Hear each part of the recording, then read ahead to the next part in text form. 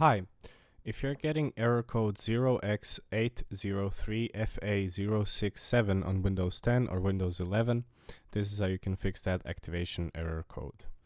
So you need to press Windows key and R. It's gonna bring up your run program.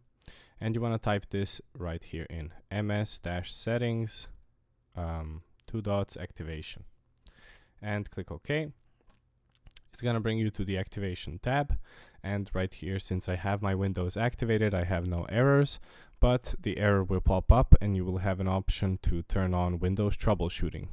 This error is quite often resolved with Windows troubleshooting, and that would be the fix. Now, if you don't find this activation, like I said, just use the run command. This activation is usually in your settings in your update and security tab.